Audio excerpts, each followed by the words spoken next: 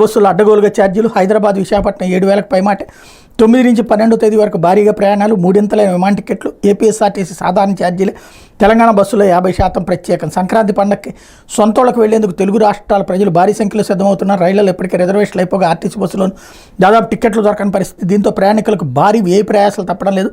పలు ప్రైవేట్ బస్సుల యజమానులు అడ్డగోలు దోపిడీకి తెరదీస్తున్నారు. విమాన టికెట్ల ధరలకు రెక్కలొచ్చే పండగకి ఎలాగైనా సొంతలకు చేరుకోవాలన్న లక్ష్యంతో ప్రజలు సిద్ధమవుతుండటంతో ఇదే అదనంగా ఛార్జీలు పెంచేస్తున్నారు. ప్రైవేట్ స్లీపర్ ఏసీ బస్సులు హైదరాబాద్ నుంచి విశాఖపట్నానికి గరిష్టంగా 7,000కు పైగా వసూలు చేస్తున్నారు. ఆదిలాబాద్కు 2,300, మంచిర్యాలకు 3,500 తీసుకుంటున్నారు. జనవరి 9 నుంచి 12 వరకు రైళ్లు బస్సులు విమాన టికెట్లకు డిమాండ్ అధికంగా ఉంది. సంక్రాంతి పండుగ దగ్గర పడే కొద్దీ ప్రైవేట్ బస్సుల టికెట్ల ధరలు బగ్గుమంటున్నాయి. దూర ప్రాంతాలకు వెళ్లేవాళ్ళు స్లీపర్ బస్సులకు ప్రాధాన్యం ఇస్తారు. దీంతో లోయర్ బెర్తులు కొన్ని బస్సుల్లో ముందు వరుస సీట్లకు అదనంగా వసూలు చేస్తున్నారు. టికెట్ ఛార్జీలపై జీఎస్టీ కూడా వసూలు చేస్తున్నారు.